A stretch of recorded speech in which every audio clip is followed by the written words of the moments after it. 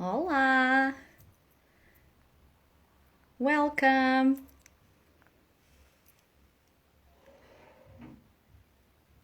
Hi, everybody. I'm just giving some minutes for everybody to join us, and then we can start. Nice to see you on the other side. Hello, Anna. Hello, Kátia, Joaninha. How are you?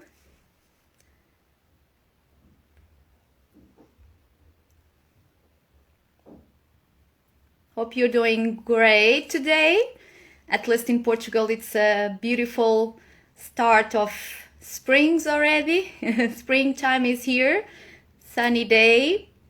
I hope you are all having a nice day. Boa tarde. Olá. Hello. Salut.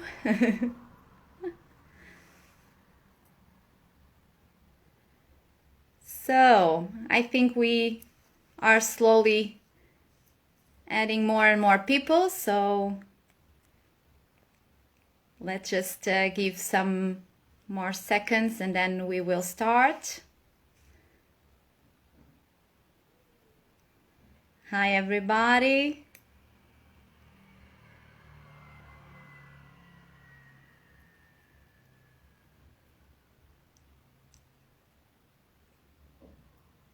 How are you today? Enjoying so far Valentine's Day?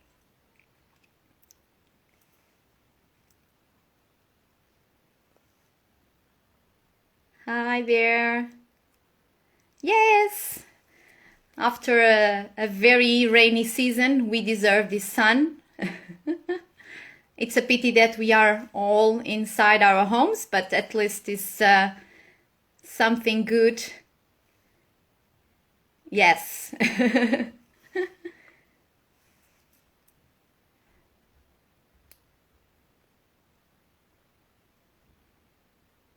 So our guest already arrived. So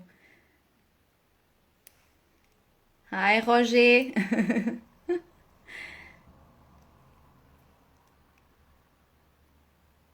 Ooh la la. It's a nice start. Very French. And yeah, I think we can start. So yes, we have the butterflies not only inside me, but also on the wall. And just to say thank you for joining us today as well. We are now with our episode number 3 of Travel Talks. And today we are going to travel to a very romantic country. Of course, we are celebrating Valentine's Day. And when we think about a romantic place, we always think about France, Paris, but we are not going directly to Paris, but to Marseille. Hi, Rogério. And of course, it's a nice day, like I told you. It's springtime in Portugal, 19 degrees, which is fabulous after a very rainy season. So it's a nice way to enjoy Valentine's Day. And it's a day to celebrate love, not only with your partners, but also with your friends, with your family. And I think that all the guides that are present and join us today will agree with me when we say that it's also a nice way to celebrate our love for our jobs. We are the lucky ones, the ones who really love what we do, and we really miss the guiding, of course, after several months because of COVID, we cannot do what we like the most, but we hope that very soon that will happen. And that's the reason why I'm going to call to the conversation also my good friends and colleagues. Let's start with Katia. My very good friend, Katia. See? Hi! How are you? I'm good. And you? Well, very, very glad today that I'm having this conversation with you. But of course, because we have this beautiful day, I hope you too. Yes, You are enjoying. yes, I am. When Oh, I saw very the nice. sun, I was really like, oh my God, sun is Yes, up. Right? yes, we deserve this. It's unfair with the lockdown and the rainy days. It's very depressive. So the sun But is, we opened the windows and yeah, it and was. everything changes. That's true. That's true. And like I was telling you, and you also agree that we are the lucky ones, that we can do what we love. Yeah, Yes. Yeah. yes, it's true. It's true. And because we tour around Portugal, would you like to give us a suggestion, not for now because we cannot leave our homes, but for the future, for another opportunity?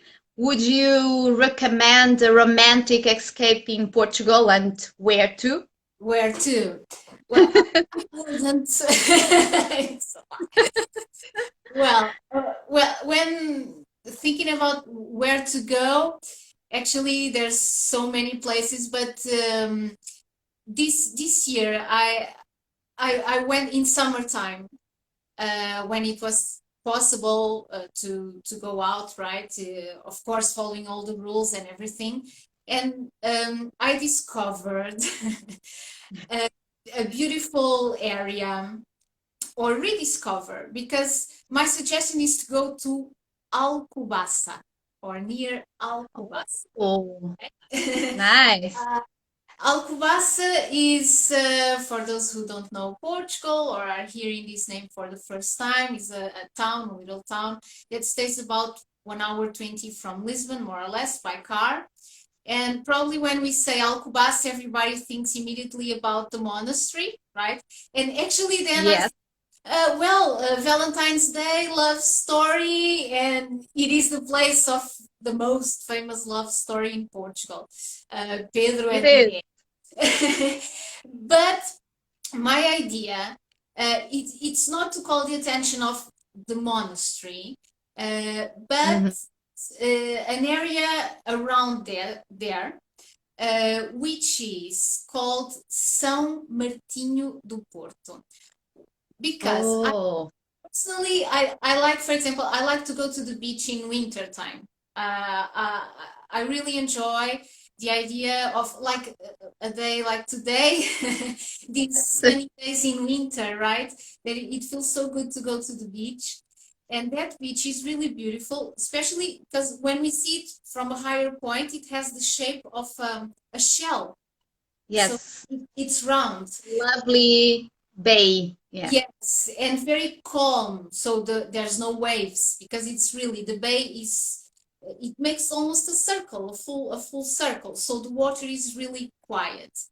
And on that area too, you we have the highest sand dune in Portugal, which is 50 meters high. And it's really Wow.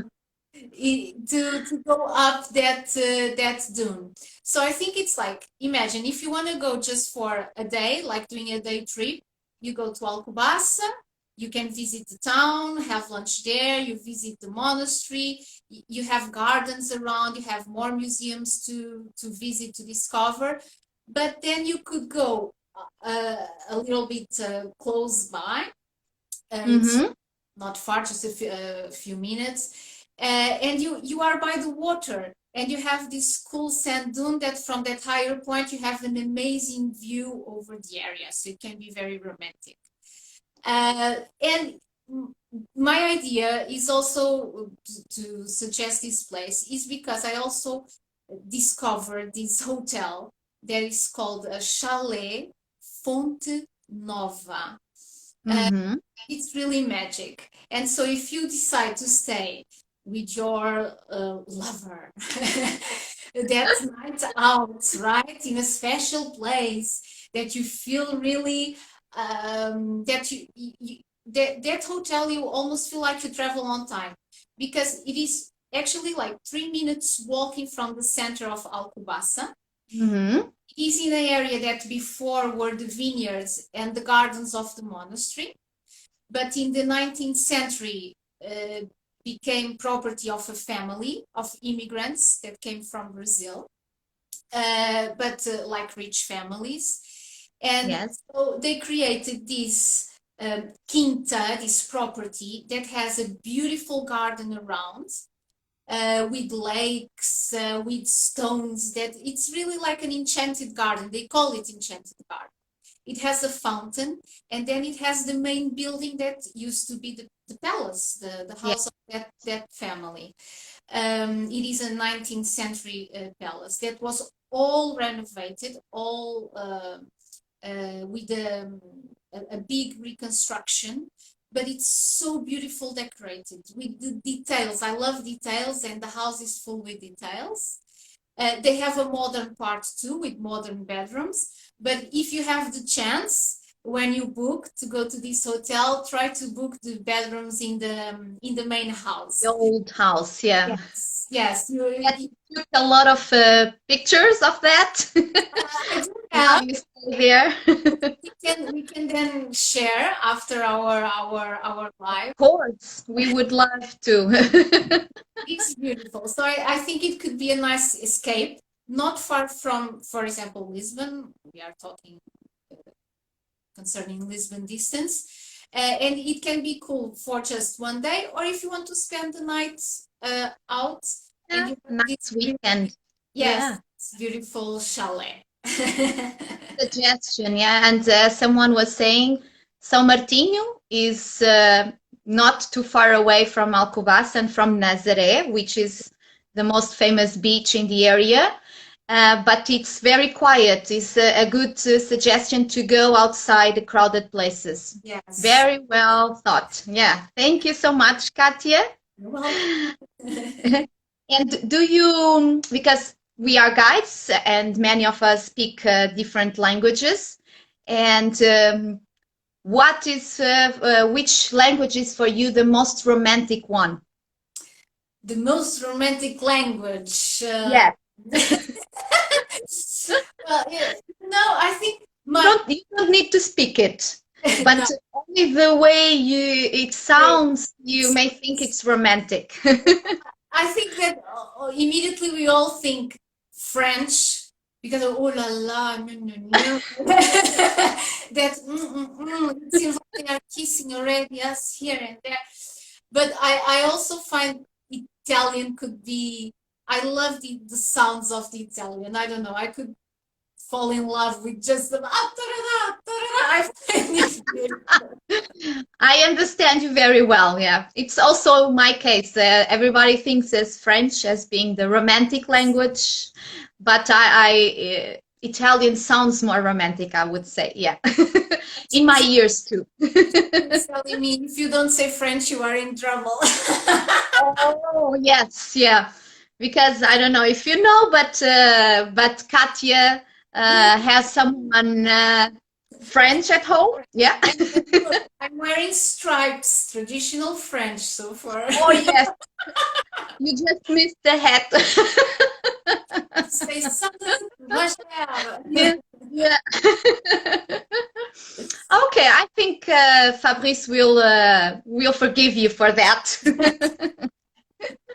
Don't worry. Oh, Alentejano, that is very nice as well. A nice romantic language. Yes, Rogério. Okay, thank you so much for your suggestions. I really love to talk with you. And now I'm just going to invite Anna, right? Anna, yes. Bye-bye, Carlinha. Bye, bye-bye. You both. Let's see what Anna has to tell us. What are her suggestions for romantic escape? Hello, how are you? Oh, just to make us jealous. Oh, well, I have to take advantage. As I have a little space outside, right? Not lying, is really a very nice weather, and all the Portuguese are glad with this. Yeah. How are Well, I took you? advantage. How are you? I'm fine, and you? Good, I'm fine. So, In I hope you all are all enjoying this live today. I really had fun and also really enjoyed the suggestions that Katya gave. Hi, Svetlana. Hi, Svetlana. And what are your suggestions for a romantic escape, Anna? Well, my romantic escape would be a little different from Katya, although I really appreciated her Good. suggestion too. So if I could right now, I would be there, and I would go to the center of the country to a place called Lausanne, which are actually some small villages made of schist. It's called the area of the schist villages. Hola, Sandra. The schist villages, they are really small towns, but the houses there are all traditional and old, made of schist. They're really nice. And I would go there not just to have a quiet escape, right, romantic one, but also to take advantage of the nature. So I would go and make some hikes because they have lots of hikes around there. And I love nature, and that's also a very nice way to spend Valentine's, not just with someone, but in love with nature too. So that would be my suggestion. And very good Very food. good. Oh, yes. That's the compliment. Yeah. And for you, because you also speak different languages, and Yes. also the romantic languages, for many people, they are the most romantic ones. Is for you Yeah. also one of those Well, languages the most romantic one? yes, I speak both French and Italian, so I think they are all. I agree with Katya when she say French, because French has that chou chou chou, très joli, très mignon, and they have really nice expressions. But I must say that undoubtedly for me, Italian, it's the most romantic language. They sing when they speak, and that's also one of the things that make me fall in love with Italian in the first place, and make me want to try and learn it. And so, yes, for me, that would be Italian, Oh, yeah. undoubtedly. Because when I started the study as a tour guide, I went for German, and everybody was telling, why did you choose German? It's such a harsh language. Italian sounds more sweet, so you should go for Italian. Yeah, that's true. Yeah. German Well, may not sound so romantic. Yeah, for sure, Italian is one of the most ones, but yeah. yeah. But I also think, for instance, I do not understand one single word of what they say, but I also, another language that I find really attractive because of the sound and the way they speak is actually Japanese. So for me, it's very sonoric, and they sing in a certain way, and I do not understand anything that they are saying, but it sounds good. So I don't know, perhaps that's another romantic language. To learn, yeah. Okay, Anna, thank you so much for joining us. Keep enjoying your sunny balcony. I will. Yeah. Bye-bye. Bye-bye. Take care. Bye-bye. Thank you. Obrigada. And now it's time to ask our guest to join us. I'm really anxious to talk with him because we never met actually in person, but it will be a very nice chat, you will see. We just wait for him to join us. Hello. Hi. Hola. Hola. How are you? I'm good. What about you? Ah, very, very good. Thank you. So, as I was saying, we never had the chance to meet each other in person.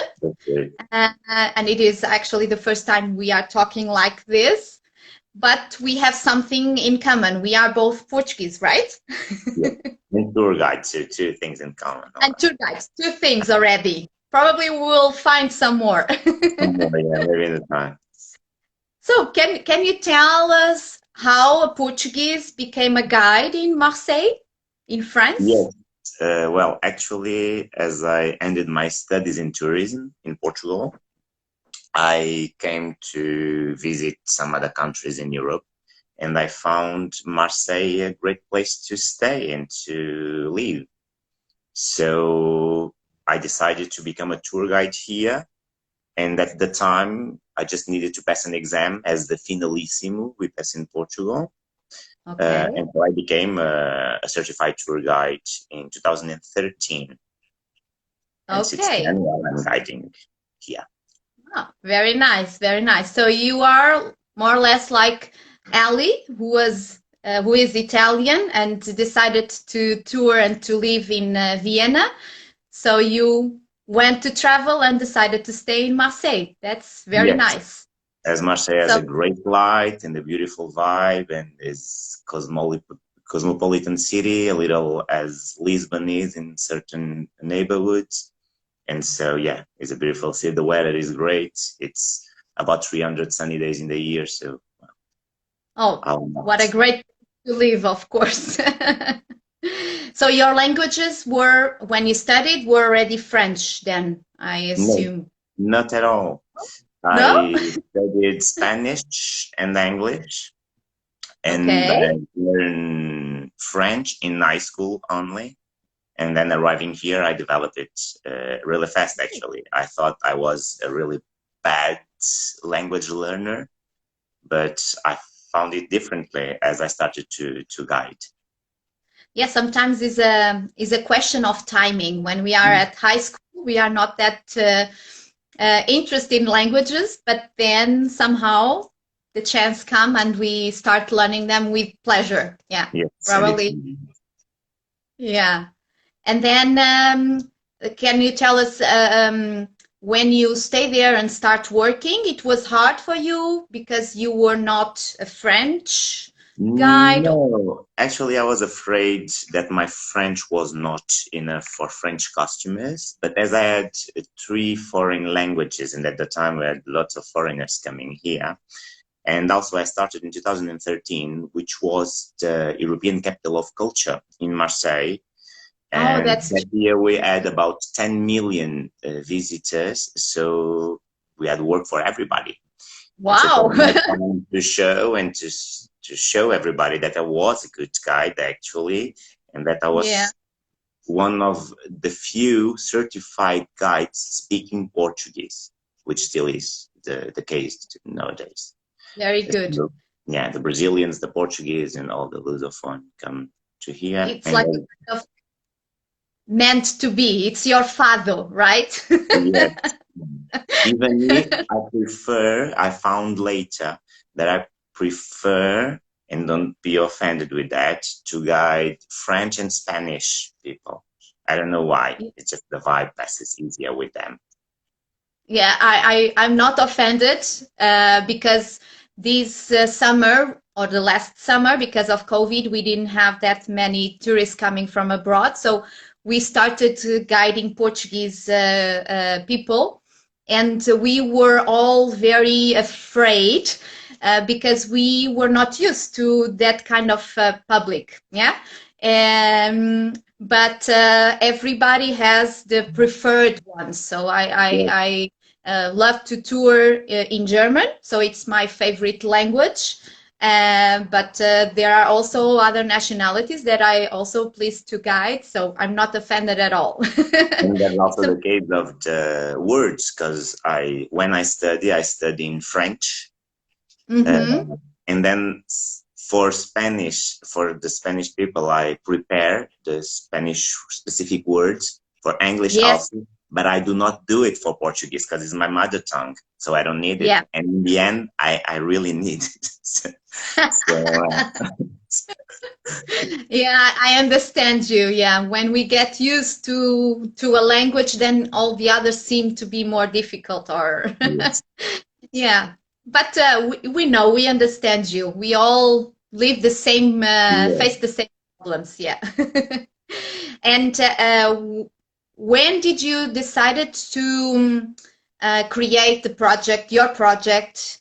Because you do a lot of walking tours, like this is Yes, was walking tours. yes, What like is your, your of your project, and how did you think about it? actually, I was working a lot with the tourist office in Mm. Marseille that were proposing tours for individuals. And I was kind of liking it because it was a French public, and most of the times I work in English or in Spanish or in Portuguese, and I was liking to work in French. And in 2015, they kind of stopped doing it, and I kind of missed working with French. So I decided in 2018 to create a group with 3 other guides. As you are 4 or 3 in this region? We are at the moment we are 3, Okay, but so we were, when we created we were 7. wow. Yes, So yes. so I found 3 other guys. I told them my idea. They accepted. So we created a website and we started doing those tours, which is like you, is tours, in these cases in French for individuals in different neighborhoods of the city, and sometimes thematic tours, as the cinema tour, which is my favorite one, as I go to some filmed spots and I introduce the contemporary history of Marseille, which is connected with the history of cinema, as cinema was born nearby here at La Ciotat. And I introduced the history of the city while showing some movies at the spot where they were recorded. So very nice. So which is really is my favorite one. It's not a success, but this is my favorite I one. was going to ask you, that is the one that people choose the most, or not really? No, actually, as I since 2018, so it makes 3 years, I create my clientele, which are mostly people from Marseille. Marseille is 1 million inhabitants, so it's really easy to find public around here. And today, as I send the email with the next tours, it takes like 1 hour, maximum 1 day, to fill up all the tours. But the fastest one goes to the Longchamp Palace, which is one of the most beautiful monuments in Marseille. The 𝗬𝗏 neighborhood, because it is connected with Fauvism and with Cubism, with people like Georges Braque, also Émile Zola wrote Nice de Nicolas there. Paul Cézanne lived there a while, so yeah, it's interesting. And the other one is Andoum, which is a seafront neighborhood and fishing ports. So people love to go there. It's already telling us that when she goes there, she wants to take the cinema one. So yes, she has to take all of the tours. Yes. But then since December we split, and I'm alone now.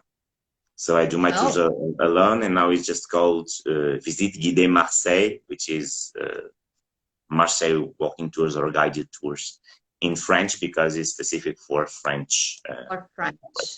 Yes. Yeah, very, very nice. Yeah.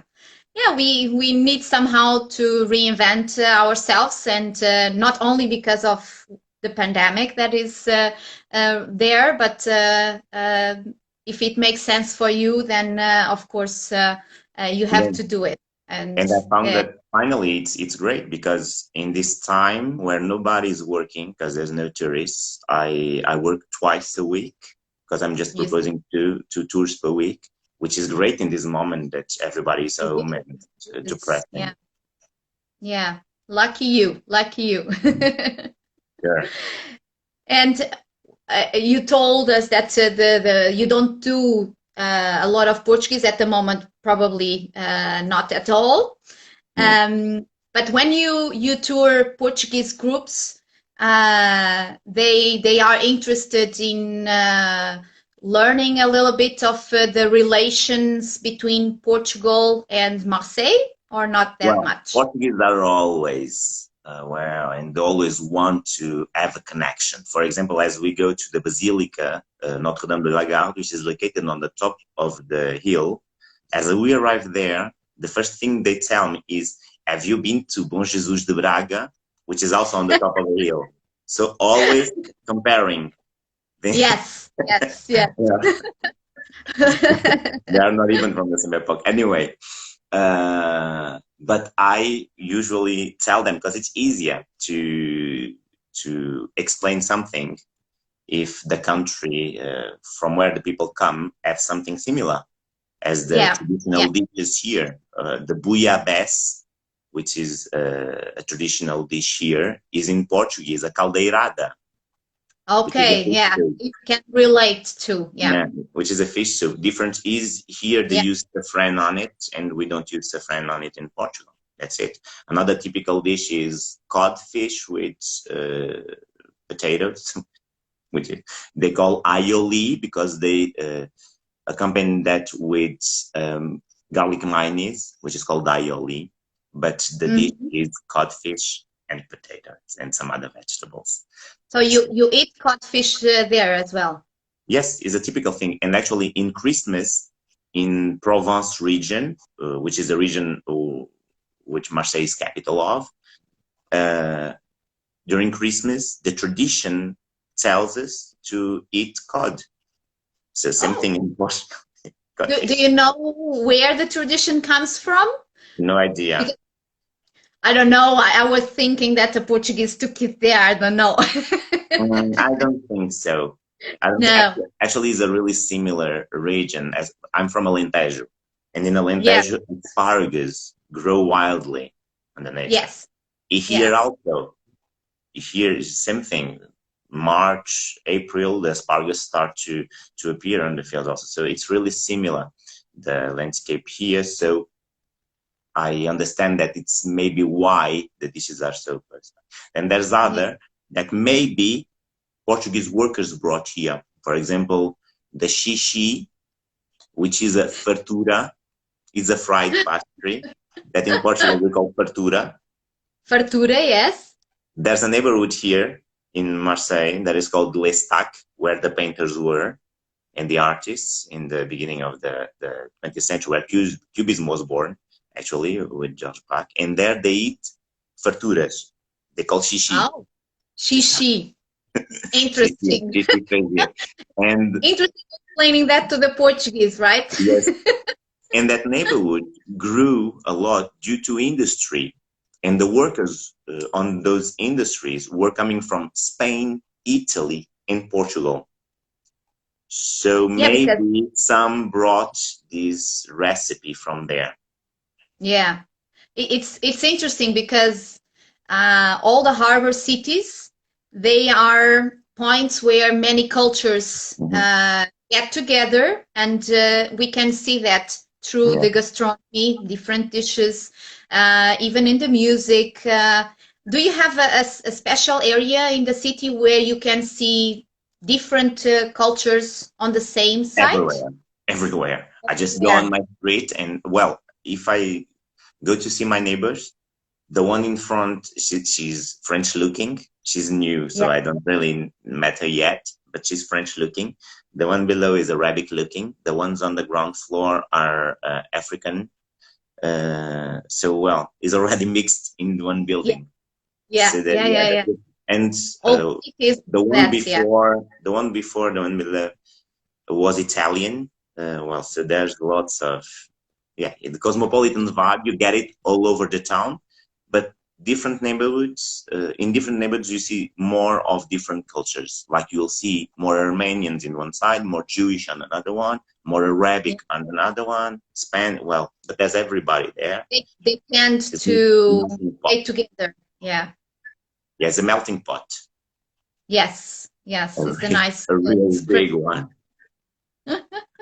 Because I of course I knew where Marseille was located, but I had no idea that it was so big. First of all, it's the same, twice the size of Paris.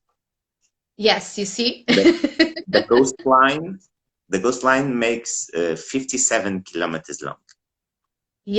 I had no idea.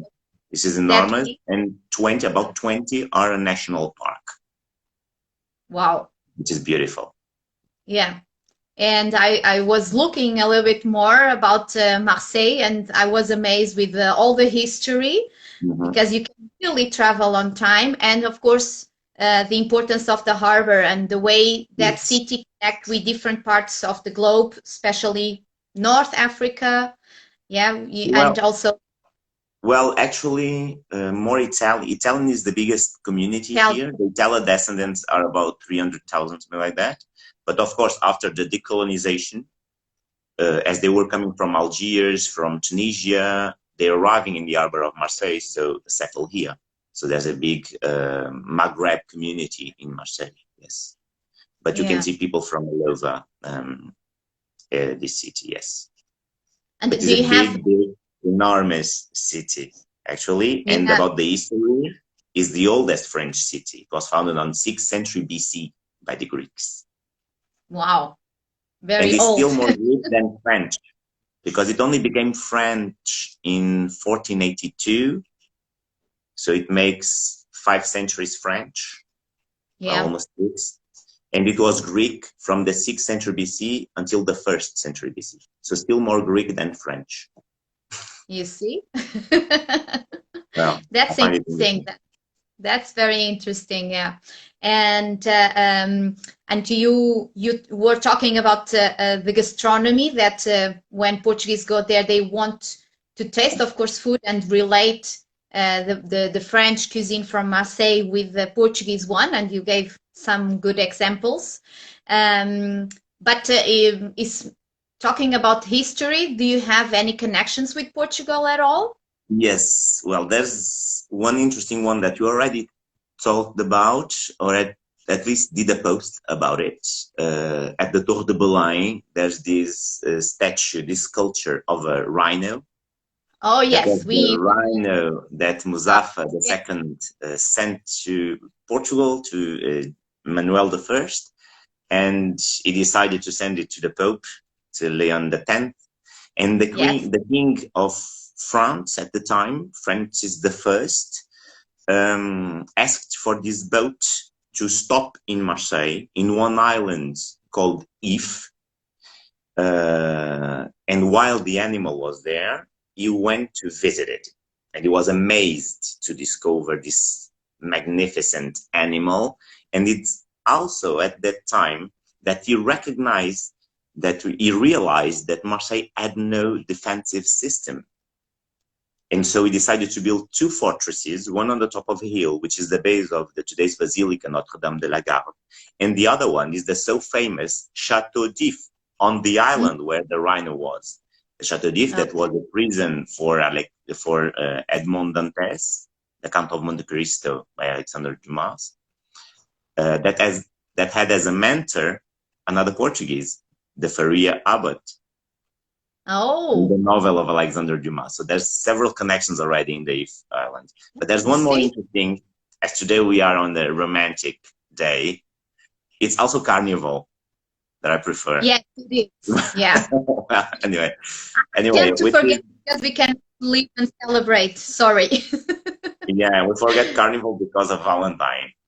I don't know. Oh, So a Valentine, a romance, an important romance happened between the King of Portugal, the last one, which was Manuel II, with yes. the French star from Marseille. She was born in Marseille in 1881. Her name was 𝗀𝗃𝗃𝗃𝗃, Gabrielle, that became 𝗀𝗃𝗃𝗃𝗃.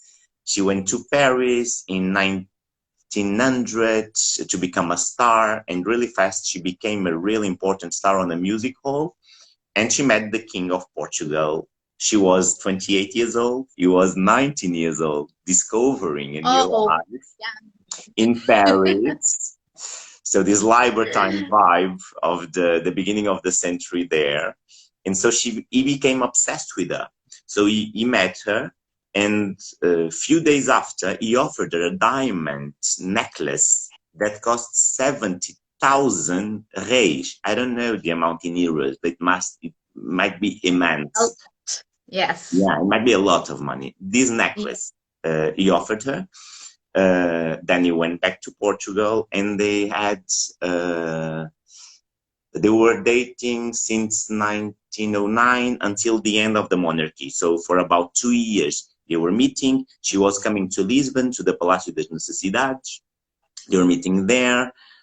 She was kind of hiding there, but when she was in France, she was talking to the newspapers, not too much about the king and about what happened, but she never denied this relationship with the King of Portugal. And in France, we called her the Queen with no crown.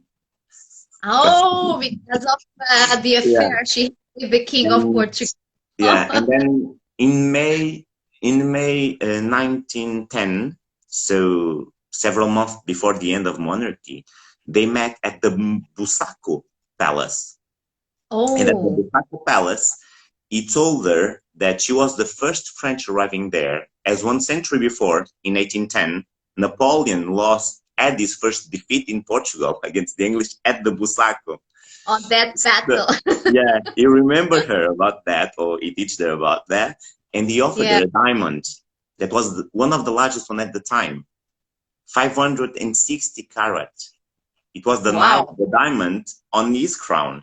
So he was really obsessed with this woman. But in August, well, the political vibe in Portugal was really offensive at the time and dangerous for the king and for her.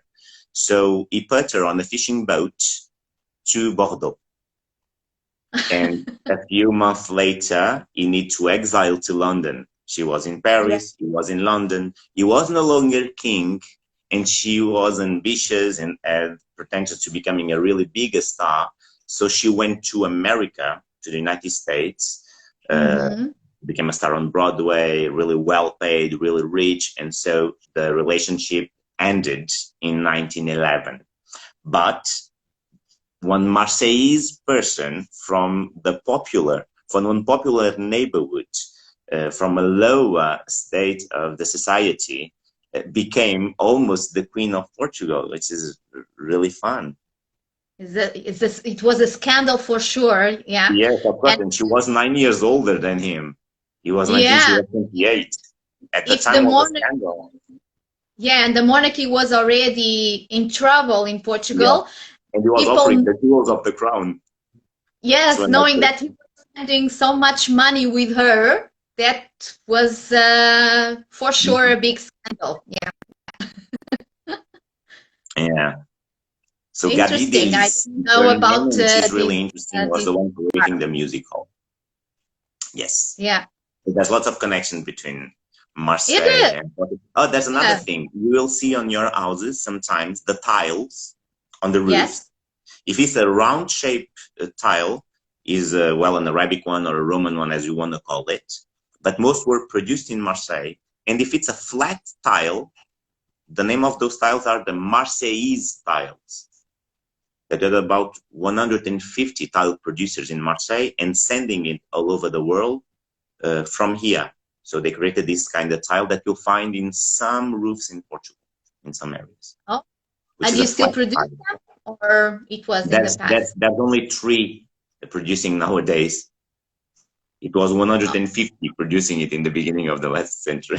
Oh yeah, but they still make them. Yeah, very nice. Not anymore, but still. No, and Anna was asking us if the origin of the name Marseille is Greek, right? No, actually, no, not at all. We don't really know the origin of the name. The Greeks call it Massalia. The thing what we know is that the tribes that lived here before were called the Salians.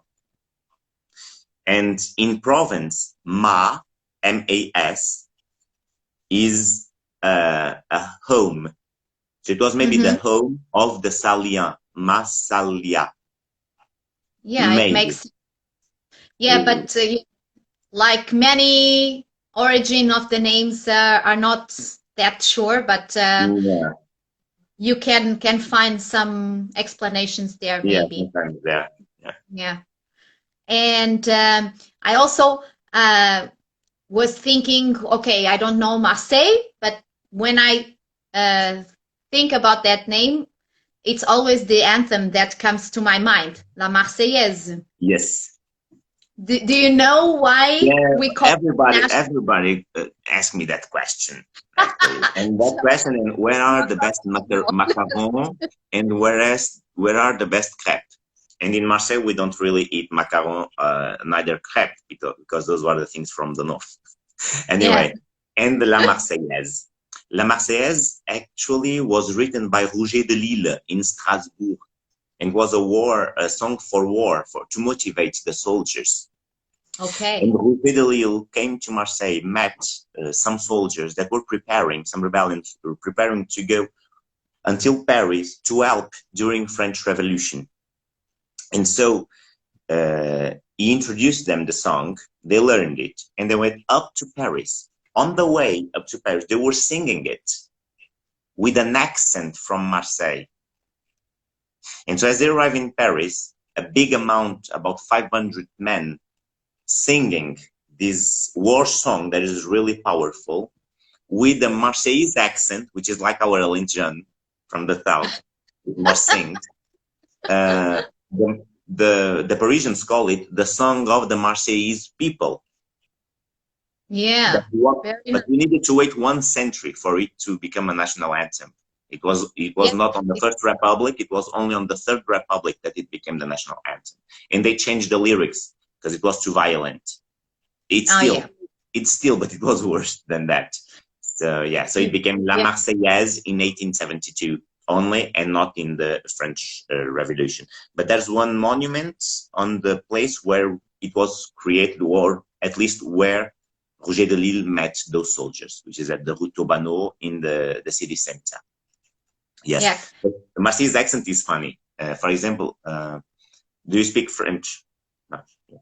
Well, so this first word, petit, in Marseille they say petit. With this, petit.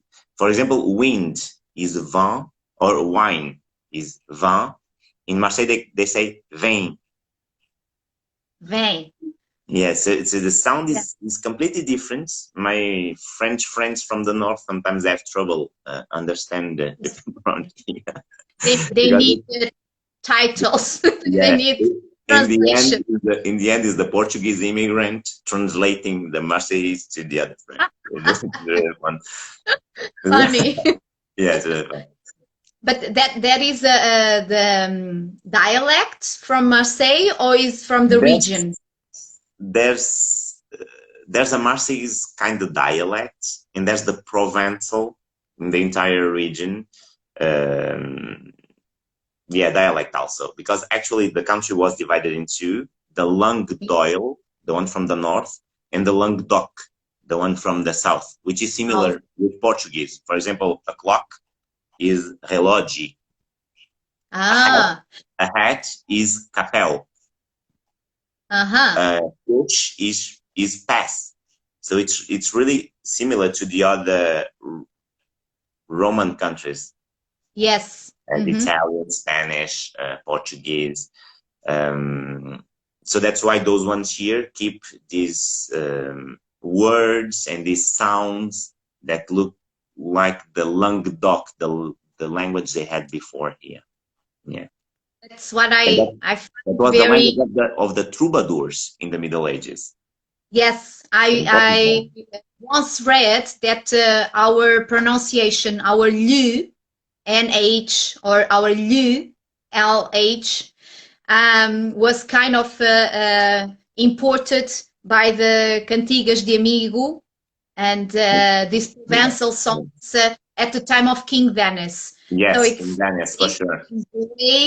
Languages and cultures are all related. Yeah. Yes. And at the time of King Denis, we had 4 Provençal ladies, the daughters of the Count of Provence, the last Count of Provence from the House of Aragon, of Catalonia.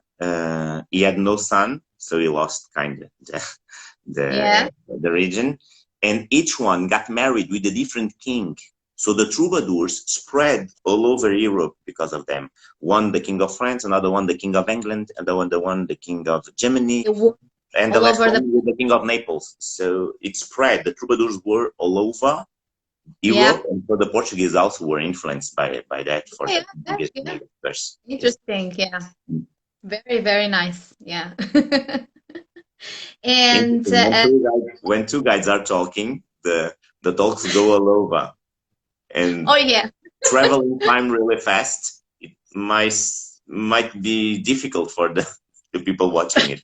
I don't know. For this year. It's somehow interesting to learn about all Europe because we are all related somehow. Yeah, that's the funny part of it. Yeah, yeah, and we would have also to ask you a suggestion for us if we would go to Provence or to Marseille. If you have like an insider tip to visit a place or to go to a nice place on the Valentine's Day? Well, first and really important is Provence. Provence, it's a region. It's not one city that Google Maps tells you that it acts on Provence. And usually people come here and say, I'm going to Provence, and actually are only going to Aix-en-Provence, which is one city. Provence is an entire region. It is really diverse. It's impressive. We have the Alps, for example, are in this region, and we have the seaside with Marseille, 𝘂𝘃, and go until 𝗀𝘂𝗃. So, as a romantic place, maybe sorry, but you guide only in Marseille, or you guide also the region? No, I'm a national guide. Nowadays, the tour guides are no longer regional guides as they were before and local. Today is the license is guide conférencier, and it allows you to guide all over France in all the museums and in all the monuments in France. Oh, I see. And you need a license degree to reach it, which is a specified license degree. For example, if you have a license degree already in languages, you need to do another year to get the tour guide certification and to become a tour guide. But then you'll be allowed to guide all over France. And so I'm allowed to guide all over France. Sometimes I go to Normandy, to Brittany. But as I live in Marseille and there's lots of work here, I stay in Provence, in Marseille a lot because I love the city, but I love to guide in all the region, in 𝗂𝘃, with the regional park of Camargue that have pink flamingos. There have lots of jeepies around there. Those caravans, beautiful. There's wild tauros, wild horses. It's really beautiful region, the region of 𝗂𝘃, and it's like Rome, smaller size, but like Rome, with the theater, the amphitheater, and all the other Roman monuments.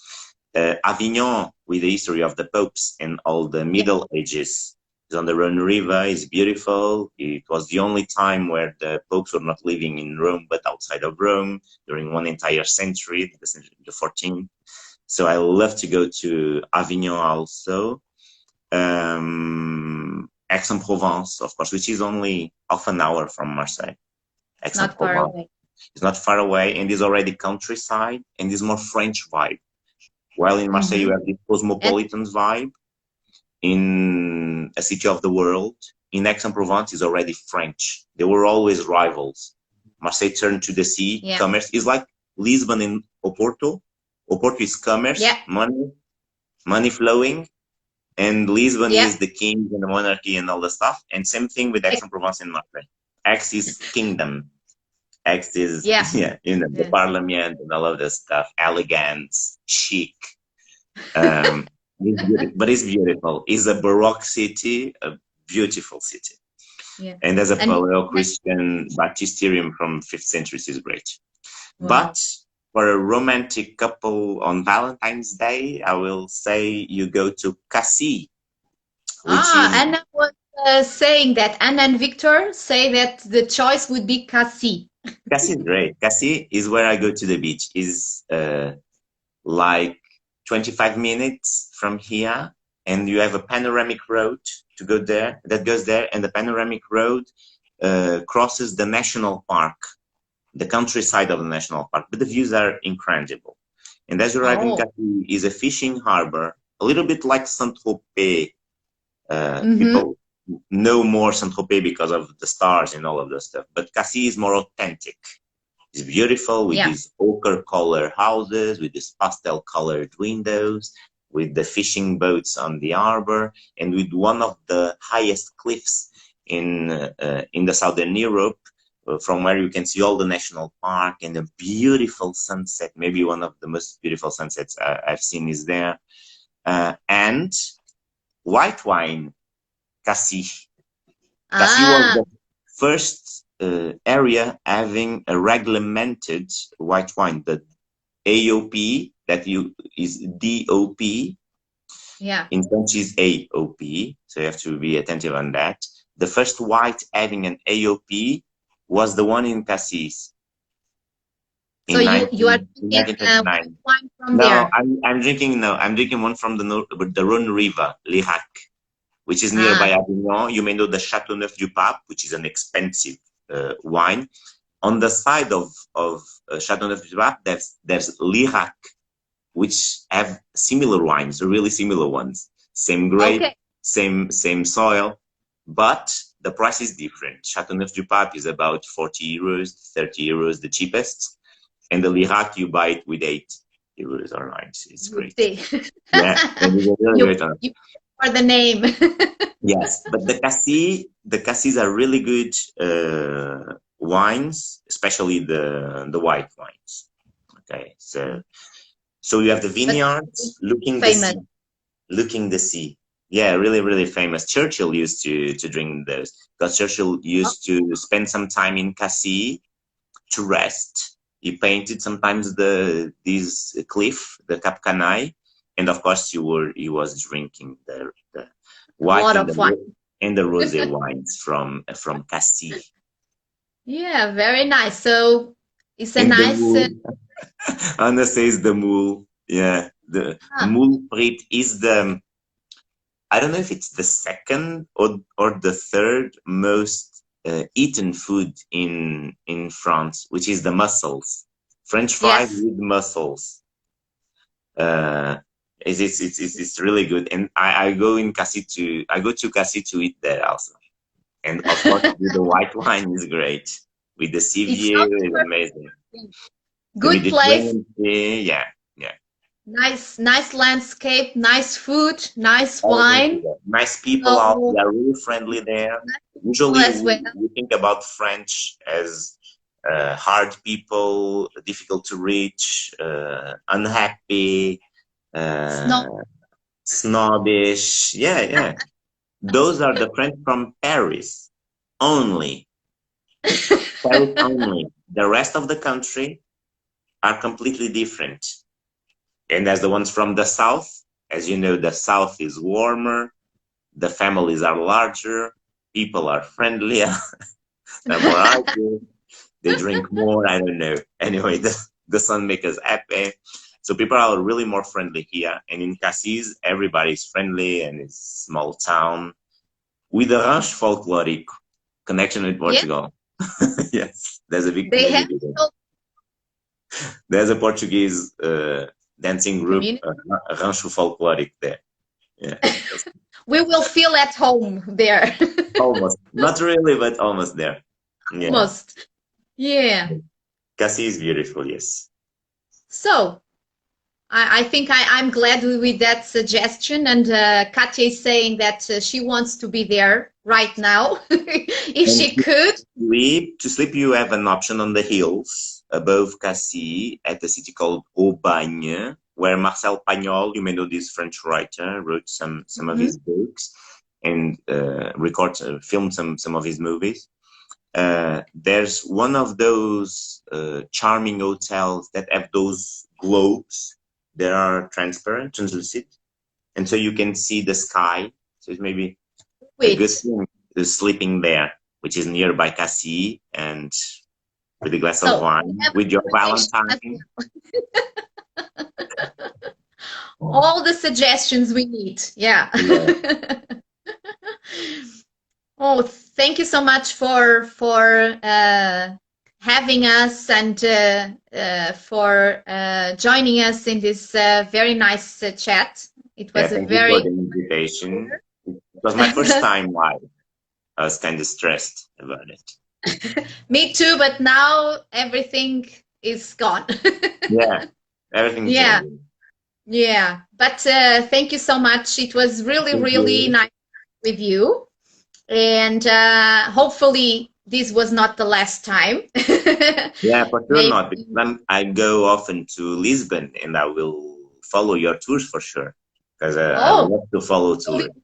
Have you here for sure. Let us know next time you are here. And yeah, maybe we will see you in Marseille as well. I hope so. I hope so. And If you come one day, you'll have a free tour. No, you don't. You'll pay for it. You'll pay for it. Then we have to go all three together at least. Yeah. But we will give you a nice tip, okay? Yeah, good. Oh, thank you so much once again. Merci beaucoup. Merci beaucoup. And hope to see you around. And to all of you that were joining us, thank you so much for being with us, and hope to see you next week. We will have also a very nice talk in a different country, and also with nice guide hosting. And see you next week. Bye-bye. See you. Bye. Thank you very much again.